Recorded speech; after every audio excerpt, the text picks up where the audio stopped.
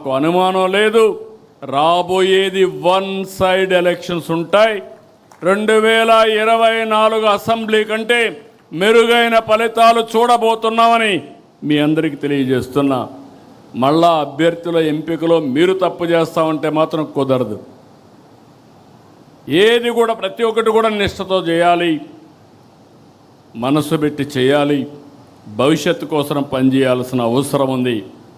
కొంతమంది అనుకుంటున్నాం ఏదో మేము అయిపోయాం, ఎమ్మెల్యే అయిపోయాం, మంత్రులు అయిపోయామని.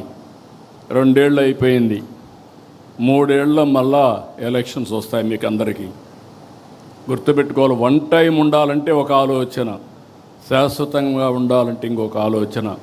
శాశ్వతంగా ఉండాలంటే శ్రమపడ్డాలి. ఏమైనా పర్వాలేదు, పార్టీ ఏమైనా పర్లేదు, పార్టీ మీద ఉంటే నేను గెలుస్తానంటే మాత్రం కుదరదు. ఈ విషయం మనందరికీ గుర్తుండాల్సిన అవసరం ఉంది. దయచేసి ఇక్కడ పిలిచింది కూడా ఈరోజు నేను ఎంపీలని పిలిచాను, ఎమ్మెల్యేలను పిలిచాను,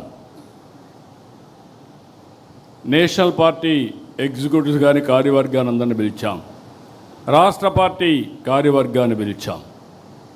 అందరం కూడా ఈ రోజు నుంచి మనస్పర్ధలు లేకుండా అందరం కూడా ఒక పద్ధతి ప్రకారం పనిచేసే పరిస్థితి రావాలి.